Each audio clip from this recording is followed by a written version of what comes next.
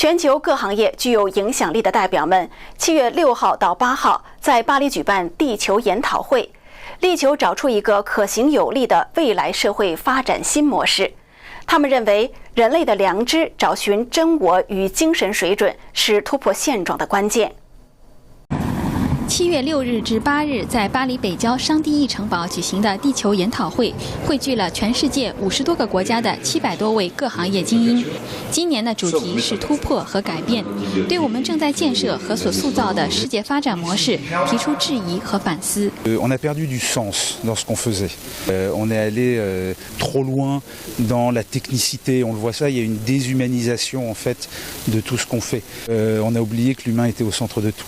C'est si on replace l'humain au centre de tout ce que l'on fait, je pense qu'on fera des choses un peu mieux.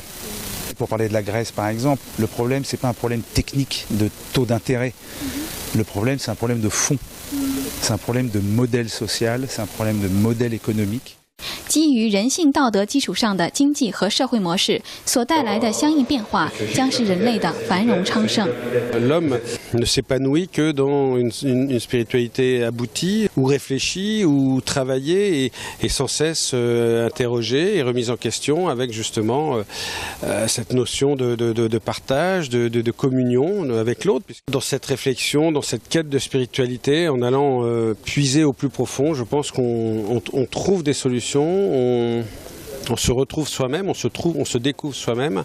Et je pense que la découverte de soi amène forcément l'empathie et la découverte de l'autre. Et c'est ainsi, en tous les cas, qu'avec Georges, on a bâti, on a construit, on a voulu réfléchir et réaliser ces ateliers de la Terre. C'est vraiment ça. Nous sommes en train de rentrer dans une révolution technologique qui bouleverse complètement la donnée puisque l'on est en train de dépasser la capacité même intellectuelle des hommes. Et Einstein disait lui-même, lorsque les hommes inventeront des machines capables de dépasser l'entendement humain, ils deviendront idiots.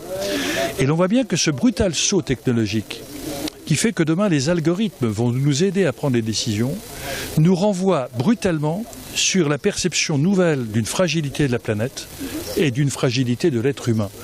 Et que ce qui est important aujourd'hui, c'est pas de vivre 150 ans, c'est de bien vivre. Ce qui est important, c'est de ne pas dominer la nature, c'est de respecter la nature. Le défi du XXIe siècle, c'est le défi de l'altérité. Si on perd le sens de l'autre, on va dans des conflits absolument redoutables. Et c'est le sens de l'intériorité. Quel est le sens que je dois donner à ma vie et quel est le cap? Et c'est à mon avis une ère nouvelle de spiritualité et de quête du sens que je dois donner à ma vie. On doit passer d'une philosophie européenne, je suis donc je pense, à une philosophie confucéenne qui doit vous faire plaisir, je vis.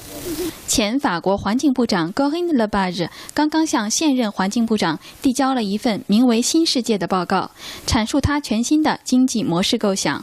C'est quoi le changement? C'est une économie qui est connectée, qui est verte, qui est localisée et qui vise à assurer le bien-être et la santé des humains. Elle est déjà en place, mais de manière encore assez modeste. C'est des petites unités. L'objectif, c'est d'en faire un modèle dominant. Et sur ce modèle qui est connecté, donc en réseau, qui n'est pas vertical, qui est propre, c'est-à-dire qui repose sur des énergies propres et sur l'économie circulaire, et qui vise aussi à assurer le bien-être des humains. 新唐人记者任静，盖了法国巴黎报道。